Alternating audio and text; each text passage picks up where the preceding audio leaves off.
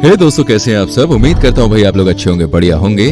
दोस्तों, भारत को विभिन्नताओं में एकता वाला देश कहा जाता है। भारत में हर राज्य की अपनी अलग खासियत है, परंपराएं हैं, संस्कृति है, रहन सहन, बोलचाल से लेकर रंग रूप और नस्ल भी अलग अलग है।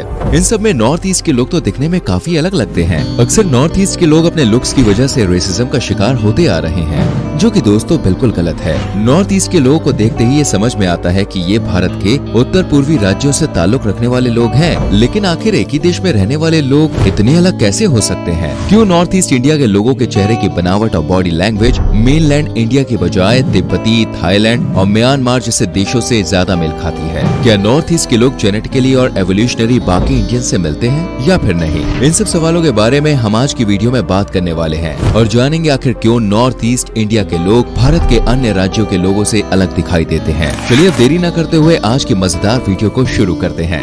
मेनलैंड इंडिया के लोगों की आंखें थोड़ी बड़ी होती हैं, चेहरे पर फैट कम होता है, हाथ और पैर लंबे होते हैं। यहाँ पर मेनलैंड इंडिया का मतलब नॉर्थ इंडिया, साउथ इंडिया और मध्य भारत के लोगों से है। तो वहीं नॉर्थ ईस्ट इंडिया के लोगों की आंखें काफी छोटी होती हैं, उनका माथा बड़ा होता है, गालों पर फैट ज्यादा होता है, दिखने में कॉम्प्लेक्शन उनका काफी फेयर होता है और हाइट थोड़ी कम होती है। लेकिन दोस्तों ऐसा क्यों है? इसके अलावा अगर नॉर्थ ईस्ट इंडिया के कल्चर, ट्रेडिशन और लैंग्वेज पर नजर डाली जाए तो वो भी मेनलैंड इंडिया के बजाय तिब्बती, म्यांमार और थाईलैंड के लोगों से ज्यादा मिलती है। नॉर्थ ईस्ट इंडिया भारत से काफी अलग है। मेनलैंड इंडिया और नॉर्थ ईस्ट इंडिया को जोड़ने का काम 22 किलोमीटर लंबा चिकन नेक रीजन करता है, जिसे सिलीगुड़ी कॉरिडोर भी कहा जाता है। इसके अलावा नॉर्थ ईस्ट के सभी राज्य भारत के बजाय अन्य देशों की सीमाओं से सटे हुए हैं, जैसे म्यांमार, भूटान, नेपाल, बांग्लादेश और तिब्बत। अन्य देशों की सीमाओं से सटे होने के कारण वहाँ के लोगों में ट्राइब्स में काफी समानताएं देखने को मिलती हैं। नॉर्थ ईस्ट इंडिया में कुल 8 राज्य आते हैं। वो है असम, अरुणाचल प्रदेश, मिजोरम, मणिपुर, नागालैंड, मेघालय, त्रिपुरा, सिक्किम। इन राज्यों में लगभग 220 जनजातियों के लोग रहते हैं और यहाँ की संस्कृति और त्योहार भारत के अन्य राज्यों से काफी अलग हैं।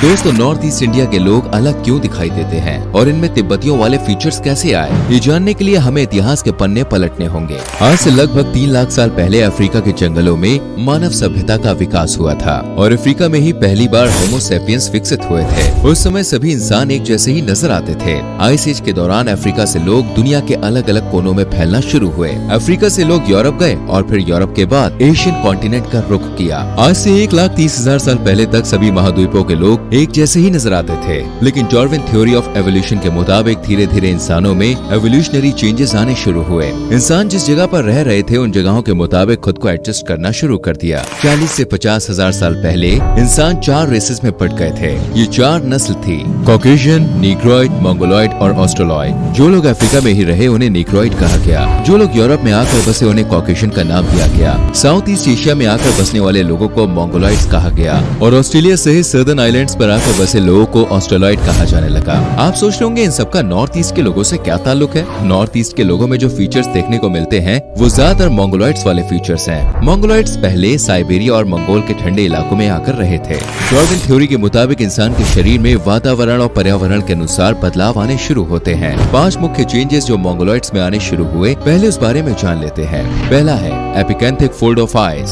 आपने देखा होगा दोस्तों, नॉर्थ ईस्ट के लोग की आंखों के ऊपर थोड़ा एक्स्ट्रा फैट होता है। ये एक्स्ट्रा फैट ठंड में शरीर को इंसुलेटेड और गर्म रखने का काम करता है। दूसरा है छोटी आंखें। नॉर्थ ईस्ट के लोगों की सबसे बड़ी पहचान है उनकी छोटी आंखें। असल में ज्यादा बर्फ सूरज की रोशनी को 90% तक रिफ्लेक्ट करती है। ज्यादा रिफ्लेक्शन के कारण आंखों को तकलीफ हो सकती है, लेकिन अगर आंखें छोटी हों तो कम रोशनी आंखों में जाएगी और इससे सूरज की हानिकारक किरणों से भी आंखों का बचाव होता है। छोटे हाथ पैरों के कारण शरीर का सरफेस एरिया कम हो जाता है, जिसकी वजह से शरीर गर्म रहता है। क्योंकि आपने देखा होगा कि छोटी जगहों पर गर्माई ज्यादा देर तक रहती है, तो वहीं खुली और बड़ी जगह ज्यादा देर तक गर्माई नहीं रह पाती। चौथा अंतर है लंबी और चपटी नाक। लंबी और चपटी नाक के होने से निकलने वाली हीट बॉडी में रीअब्सॉर्ब हो जाती है। और वहीं 5वां चेंज जो मंगोलॉइड्स में आया वो है flat face with extra fat. Extra fat का कारण हम आपको पहले ही बता चुके हैं। एक्स्ट्रा फैट से बॉडी गर्म रहती है, वहीं फ्लैट फेस के कारण जमा हुआ ठंडा फ्रोजन फूड खाने में, चबाने में आसानी होती है। नॉर्थ ईस्ट के लोग जितनी तेजी से सख्त नॉनवेज खा पाएंगे,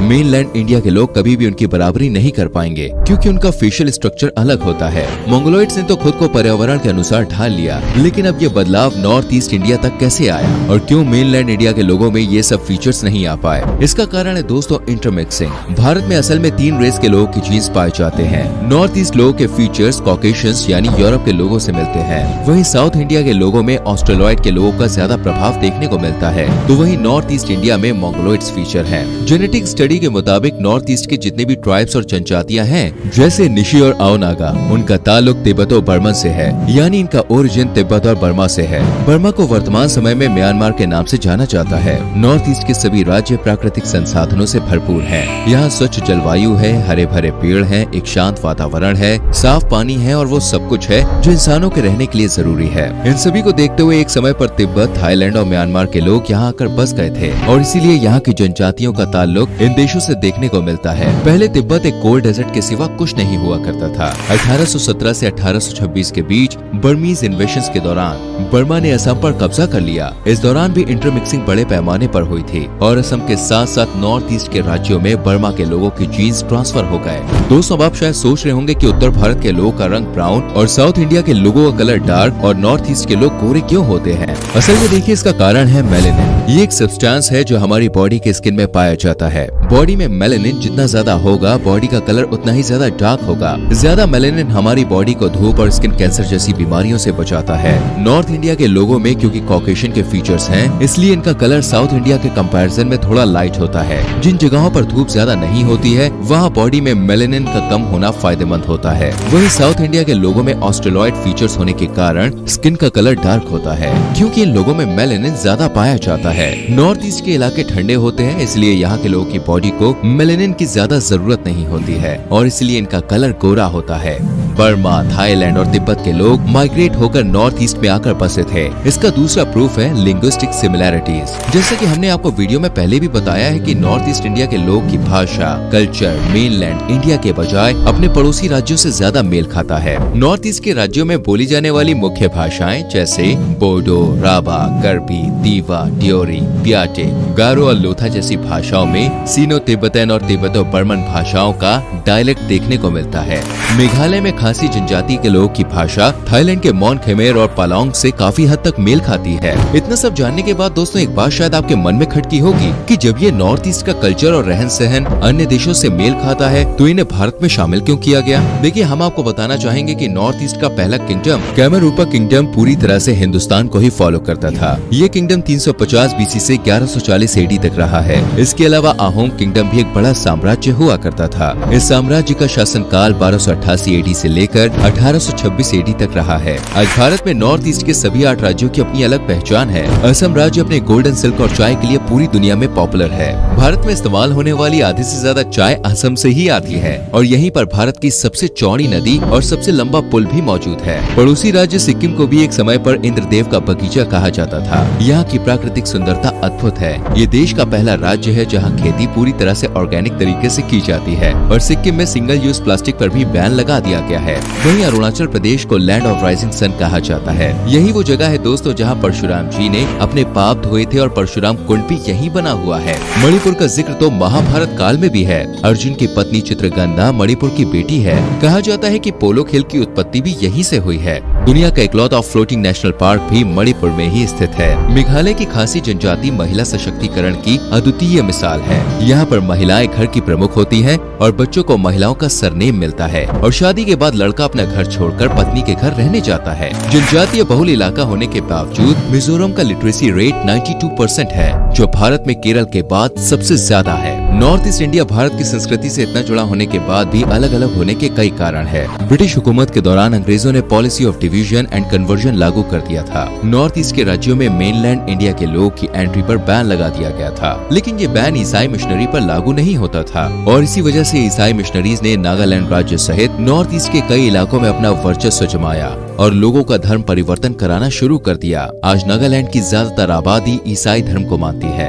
इन सब के अलावा राजनीति की भी इसमें एक अहम भूमिका रही है। आजादी से पहले से लेकर आजादी के 75 साल बाद तक देश की सरकार नॉर्थ ईस्ट राज्यों के संसाधनों का भरपूर इस्तेमाल करती आई है, लेकिन बदले में नॉर्थ ईस्ट के राज्यों के विकास की ओर किसी भी सरकार ने कभी भी ध्यान नहीं दिया। इसलिए कई बार सेवन सिस्टर्स राज्यों के भीतर भारत से अलग देश की मांग भी उठ चुकी है, और जब उनकी आवाज और मांग नहीं सुनी जाती तो इससे नक्सलवाद को बढ़ावा मिलता है। आज नॉर्थ ईस्ट के कई राज्यों में नक्सलवादी ग्रुप्स सक्रिय हैं। हालांकि सरकार इन ग्रुप्स को बातचीत के जरिए, विकास के जरिए, विभिन्न प्रोजेक्ट्स के जरिए खत्म करने की दिशा में लगातार काम कर रही है। इसके अलावा एक सबसे बड़ा कारण है रेसिज्म। आज भी मेनलैंड इंडिया के कई लोग नॉर्थ ईस्ट के लोगों को अपना नहीं मानते हैं और उनको लेकर गंदे और भद्दे कमेंट्स करते हैं। ऐसे में नॉर्थ ईस्ट के लोगों के भीतर हीन भावना का जन्म होता है और उन्हें खुद पर संदेह होने लगता है कि क्या वो वाकई में भारत के निवासी हैं? अगर हाँ, तो क्यों अपने ही देश में उनके साथ इस तरह का बिहेवियर किया जाता है? भले ही नॉर्थ ईस्ट के लोग दिखने में अलग हो दोस्तों, लेकिन नॉर्थ ईस्ट और यहाँ के लोगों के बिना हमारा भारत पूरा अधूरा है।